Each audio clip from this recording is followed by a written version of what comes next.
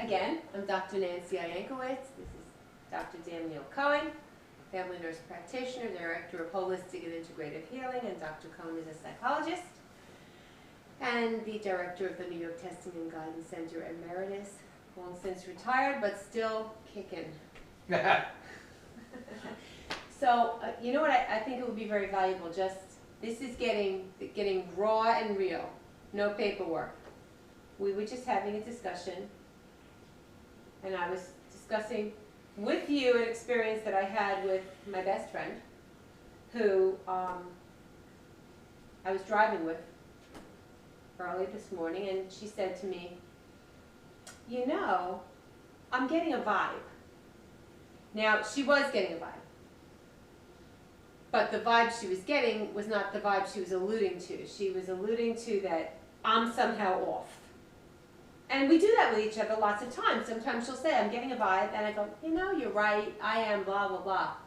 But this time, the vibe she was getting was explained by me the following way. I said, yes, you are picking up on a vibe, but the vibe you're picking up on, I think you're projecting.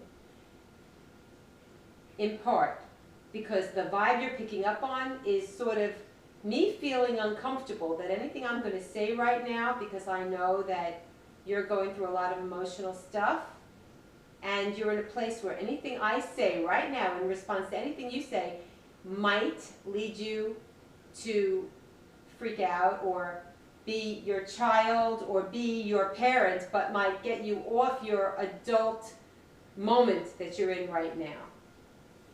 So she reflected, you know, I think you're right, because I can feel myself unstable internally, and she's just so great at reflecting. So she was able, and this is kind of rare, but she was able to say, you know, I think I am projecting my uncertainty and my discomfort onto you. So we ended up really having a wonderful discussion, because she was sort of forearmed by my predicting what might happen if I say anything, and she sort of felt herself in response to that doing exactly what I predicted she would do. And it just strikes me that that's a really helpful way to go into a discussion with somebody. If somebody's off-center, it's either you or the other person. So what did you want to share with the audience about that particular interaction and how it can be used to facilitate healing with a couple or with family members, brothers, sisters, parents, children? The description that you just shared with me and the audience illustrates a lot of the points that we were trying to bring out in our series. The things that you did and the things that you did not do are all worthy of comment and identification, because it does set the right pattern and a good template to follow. For example, her initial statement was to you that she was picking up a vibe. Note, she did not say, listen, you are.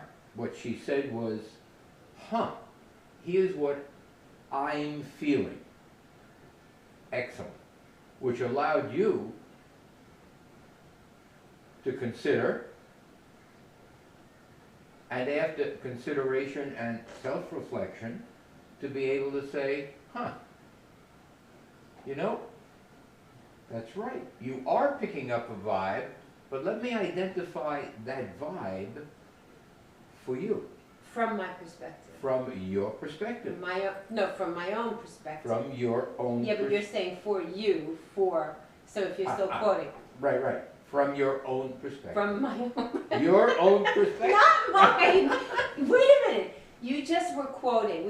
This happens with you and me all the time. You're quoting me, and I know we're digressing, but this is a different situation. You're quoting me, and you're saying, so, you said to your girlfriend, let me explain it from your perspective. I said, no, No, it's that's from not what mine. I'm saying. No, start all over again. So what did you say that I said to my best friend? What you said to your best friend was, You are first picking up on it. you validated, Yeah. yes, she is picking up something.